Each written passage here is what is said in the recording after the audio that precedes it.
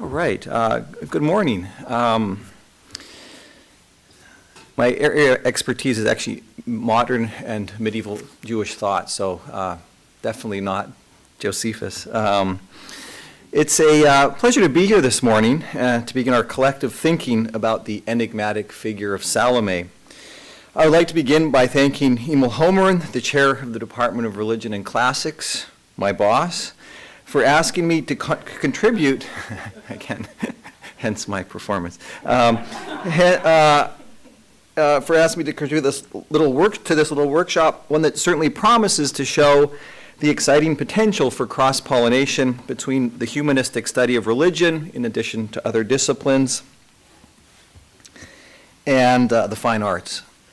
I have been asked to speak, as the rather generic-sounding title of my presentation should clearly tell you, on the literary depiction of Salome made by the famed turncoat historian Josephus.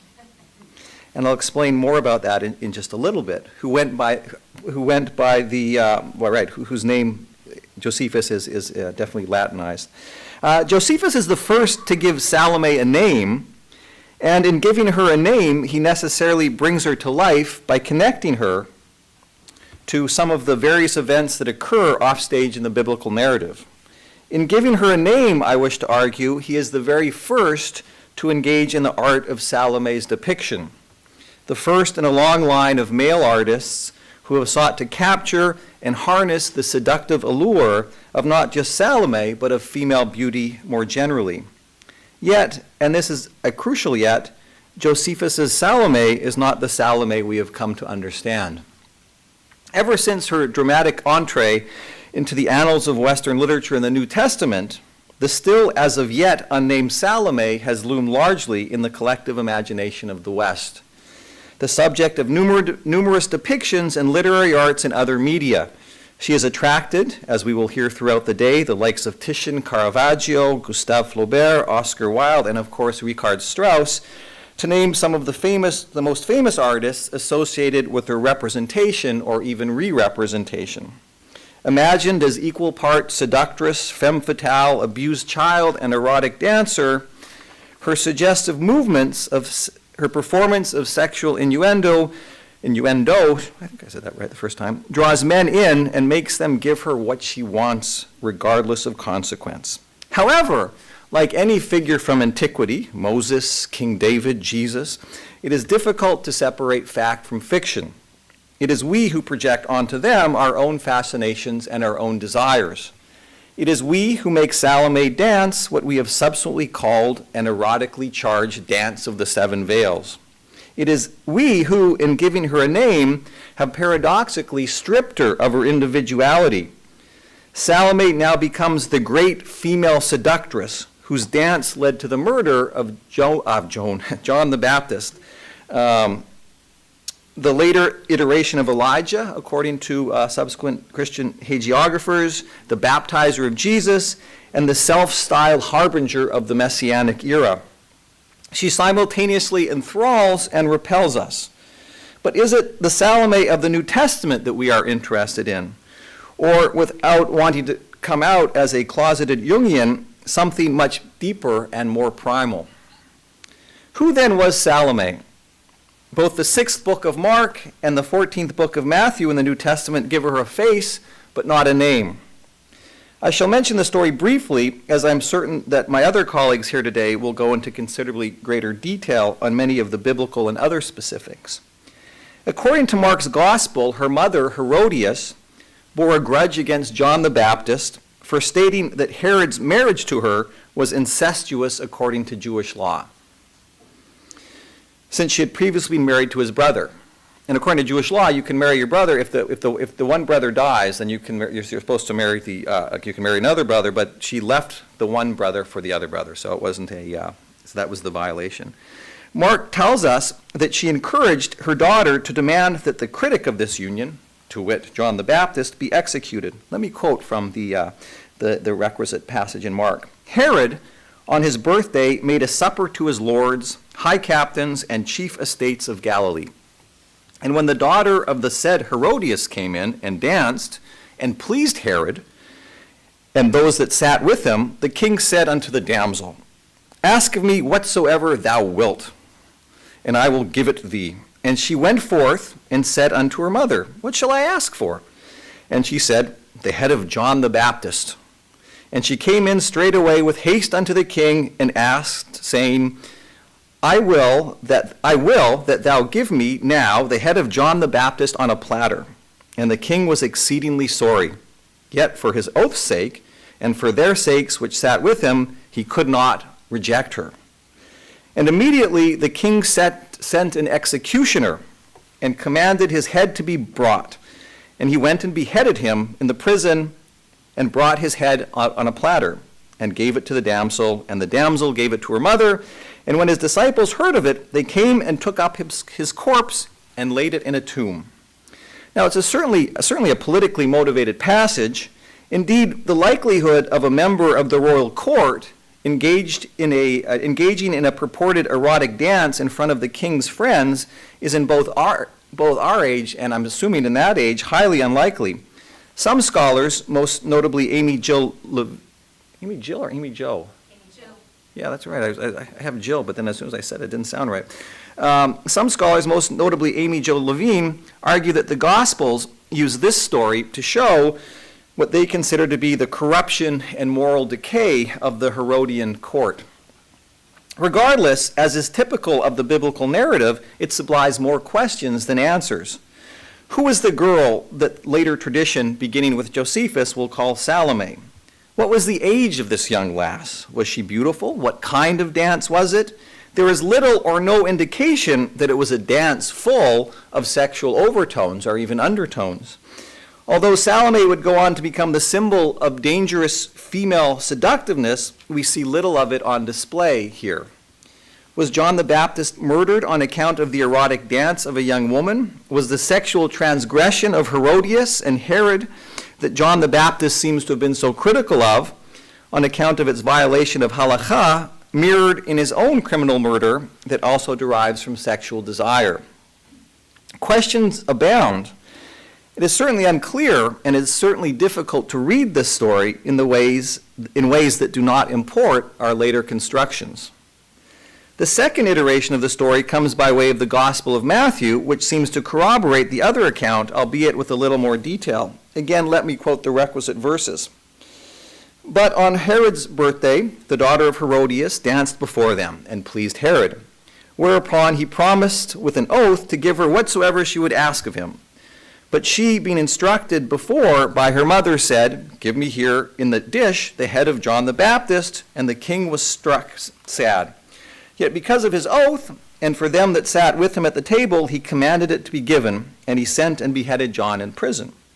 And his head was brought in a dish, and it was given to the damsel. And she brought it to her mother, and his disciples came and took the body, and buried it, and came and told Jesus. Then she disappears from the New Testament's mise en scene, departing as quickly as she arrived. Again, who was she? There are debates about her name. Some Greek sources seem to refer to her by Herodias, the name of her mother. One of the first to give her a name was, as I have already mentioned, the Jewish historian Josephus, who lived from 37 to 100 CE, which would presumably have made him a contemporary of the events in question, though I'm sure he didn't attend the dinner. But in giving her a name, he paradoxically erases her face. And I'll explain this in just a few minutes. Salome is the Greek translation of the Hebrew name Shulamit, the feminine form of Shlomo or Solomon, a name which derives from the same root as shalom or peace. Salome is an interesting choice of names and would seem, on first blush, to undermine the rather unwise request of her character. In this, our Salome functions as the polar opposite of two other important Shulamites or Salomes in Jewish history. Salome Alexandra, who lived from 141 to 67 BCE and was one of the only two women to rule over Judea, and the Salome that is occasionally associated with the sister of Mary, the mother of Jesus, someone who was present at the crucifixion. Before I examine what Josephus has to say about Salome, it might be profitable to introduce him a little more. Josephus lived at a time of what we now call the end of the Second Temple period. in Jewish history. This period lasted from 530 BCE when the temple was built, the second temple was built, and 70 CE when the second temple was destroyed.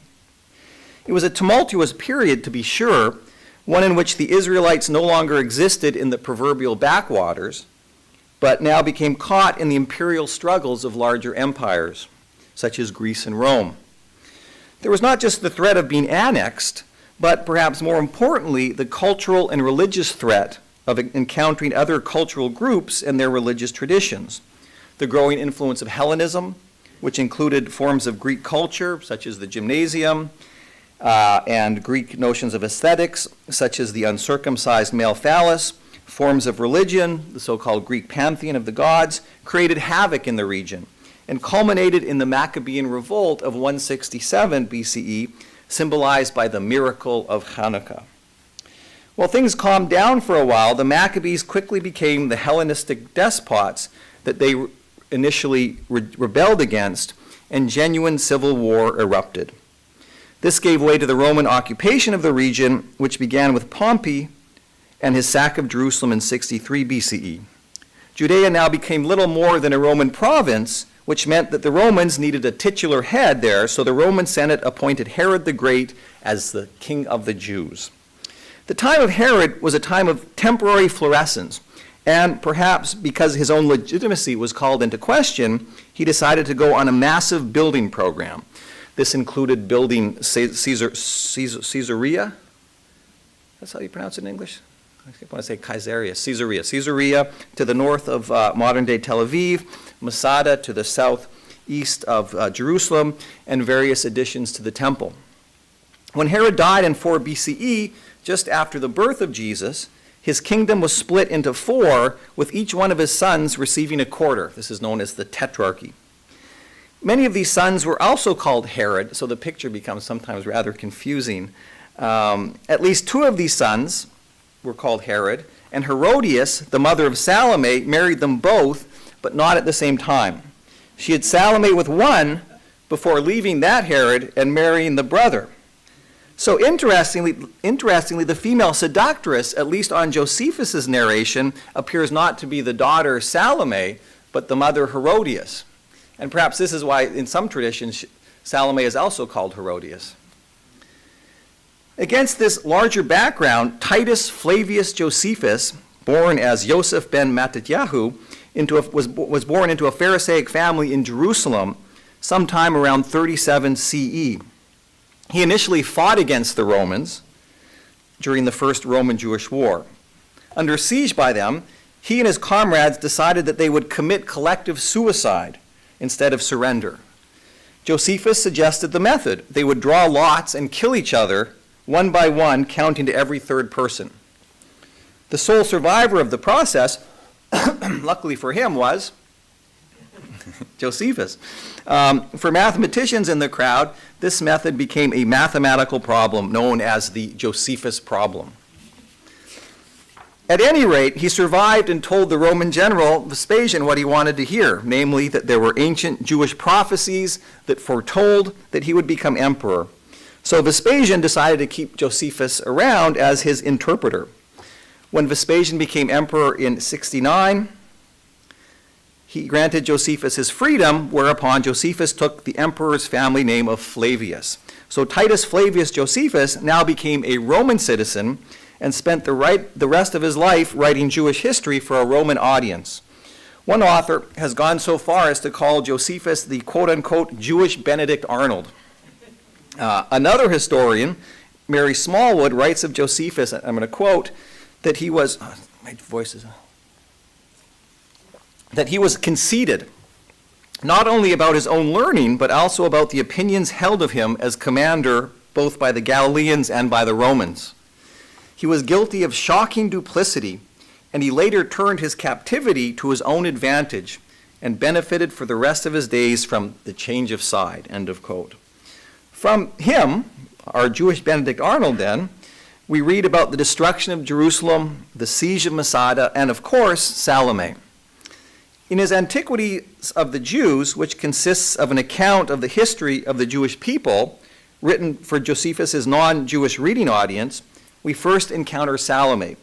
In the 18th book, Josephus informs us, and I'm going to quote, Herodias was married to Herod, the son of Herod the Great, by Mariamne, the daughter of Simon the high priest. They had a daughter, Salome, after whose birth Herodias, taking it into her head to flout the way of her fathers, married Herod the tetrarch, her husband's brother by the same father, who was a tetrarch of Galilee. To do this, she parted from a living husband.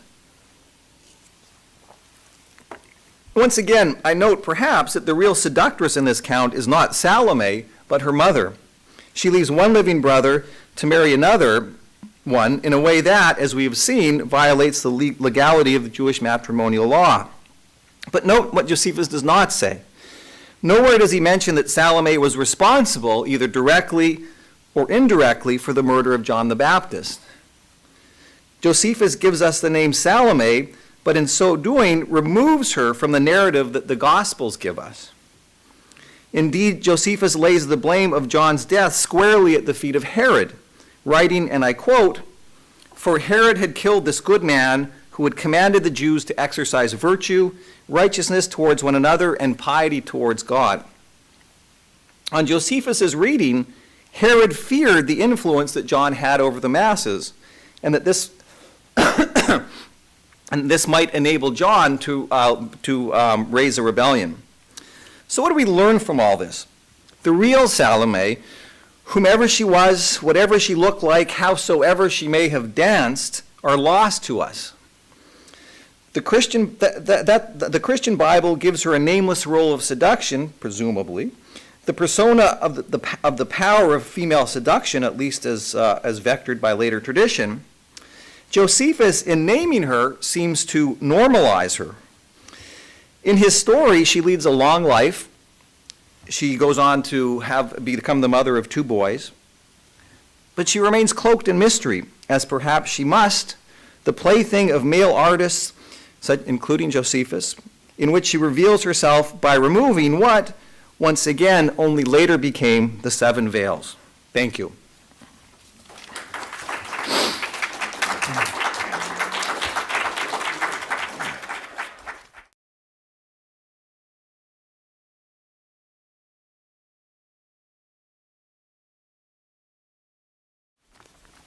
All right. Good morning. My area of expertise is actually modern and medieval Jewish thought, so definitely not Josephus. It's a pleasure to be here, and it certainly promises to show the exciting potential for cross-pollination between the humanistic study of religion, in addition to other disciplines, and the fine arts. I have been asked to speak, as the rather generic-sounding title of my presentation should clearly tell you, on the literary depiction of Salome made by the famed turncoat this morning to begin our collective thinking about the enigmatic figure of Salome. I would like to begin by thanking Emil Holman, the chair of the Department of Religion and Classics, my boss, for asking me to contribute, again, hence my performance,